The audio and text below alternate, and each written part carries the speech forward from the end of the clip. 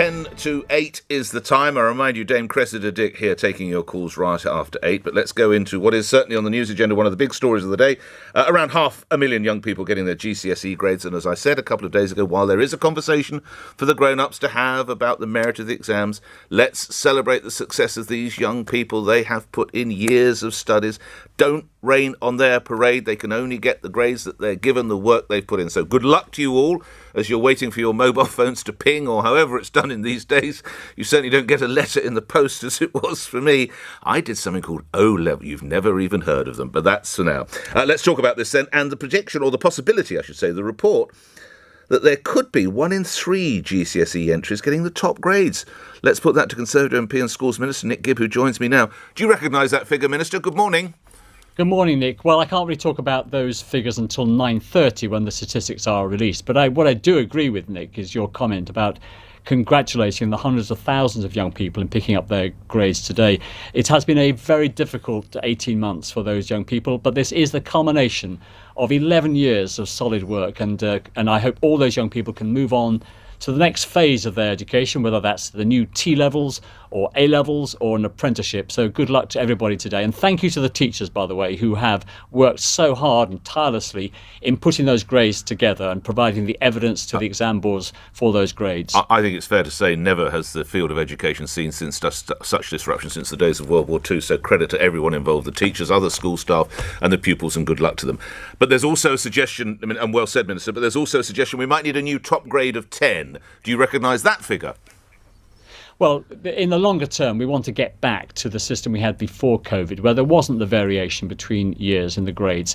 And we will be looking for the longer term about how we restore that for the future. But for 2022, where there will be exams, we've already announced the changes, the adjustments to those exams to make them fairer for young people who've had a disruption. And we'll be saying more in the autumn about what the grading standard will be, and that's a matter for the regulator Ofqual. But in terms of 2022, we won't be changing any of the grading nomenclature, if you like, but we are looking in the longer term about how we get back to the system we had before the pandemic. The next year's GCSE pupils, that is to say year 11s, they will sit they will sit GCSE exams, will they, Minister?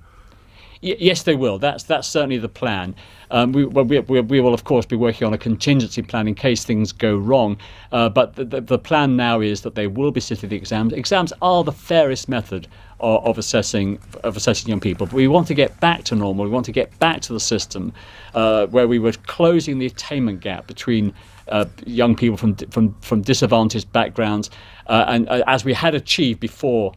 We had the pandemic. We closed the attainment gap by 13% in primary, 9% in secondary. We want to get back to that system. Allowing that when I sat my exams as a 16-year-old, GCSEs hadn't even been thought of. They were O-levels, and we had a grading A through E. What is a 9 today in old money, as it were? What is a 9 equivalent to? Well, when we introduced the new numeric system, the 7 was equivalent to an A, and then we had a differentiation between 7, 8 and 9 based on complicated formula. That 9 was the very top grade, 8 was the next grade, but 7 was linked to the old A grade on the old GCSEs. So how would we make room if you have a 10? That would mean 7, 8, 9 and 10 were all A's or A stars. Is that right? In the numeric? Well, you are speculating on the very kinds of very challenging That's what I'm paid to do, course, Mr. Gibb. You know that. Yes, that the regulator and the department will be grappling with in the long term. But the key thing is for 2022, it'll be the same grading system, but the standard of those grades are something that the regulator will be announcing on in the autumn. So what's a B? 6. That's correct. But the actual linkage when we went from numeric to new numbers was at 4. That was linked to a C, and then there's a numeric gradation. Hang on. If 6 is B and 4 is C, what the hell is 5? Well, this is why there wasn't a direct link of 5 and 6. Why the did link we do was this? 4. Wasn't it easier in the old days? Say that again, Nick. Wasn't it a little easier in the old days, Nick, in all honesty? Well, what you're talking about is the transition from letters to numbers, and it was a complicated transition. But that was that was a couple of years ago. And when if you do have a transition, then it happens over a number of years.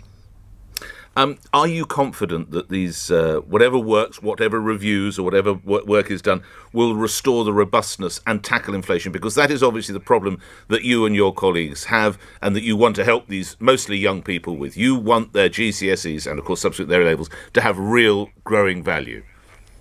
Yes, of course, we want to get back to the position that we had before the pandemic, where year on year you didn't see big variations in the grades awarded, and we want to get back to that in the long term. But what does matter in the medium term is that there's fairness. So any changes have to be fair between different year groups, and that's something that we will make sure happens. And in 2022 we will have exams, but there will be adjustments made, more optionality, more advance notice, more exam A's, to make sure that the exams next year are fair, given the disruption that this current year, year 10s and year 12s have suffered, as well as the current year 11s and year 13s. All right. You and I are clearly on the same page about the young people getting their GCSE grades. I sense you'd say the same about the A-level grades. These young people, mostly young people, are to be celebrated for the work that they put in, and well done. But have to refer back to a couple of days. Does the A-level need some kind of review to restore its robustness, Minister?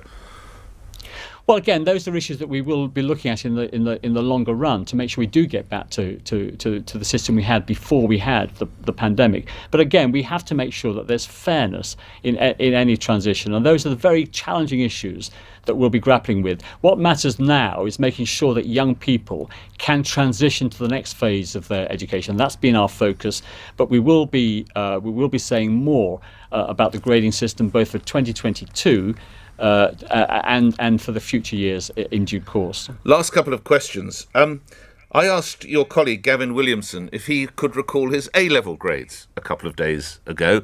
I'm not going to ask you to recall your GCSE or O-level grades, but you remember your A-level grades, don't you, Minister? I do, yes, Nick, yes. And what were they, sir? Well, you seem insisting on embarrassing me. I got 4 grade A's, and so I was very pleased. I was able to get into my university of choice, as Gavin did. Gavin was delighted by his results. He managed to get into. Has he told you University. What he got? No, he's not told me what he's got. These are private matters, ultimately. OK. And there are headlines suggesting that you might be losing your colleague, Gavin Williamson. He's on his way out. He's lost the confidence of Prime Minister Boris Johnson. A quick word on that, if you would, Mr Gibb. Well, this is all press speculation. I know the media loves to talk about these parlour games. I've worked with Gavin Williamson for the last 2 years. He's a very effective Secretary of State. He's presided over making sure that young people can transition during the pandemic, that they won't suffer long-term damage to their prospects as a consequence of the pandemic.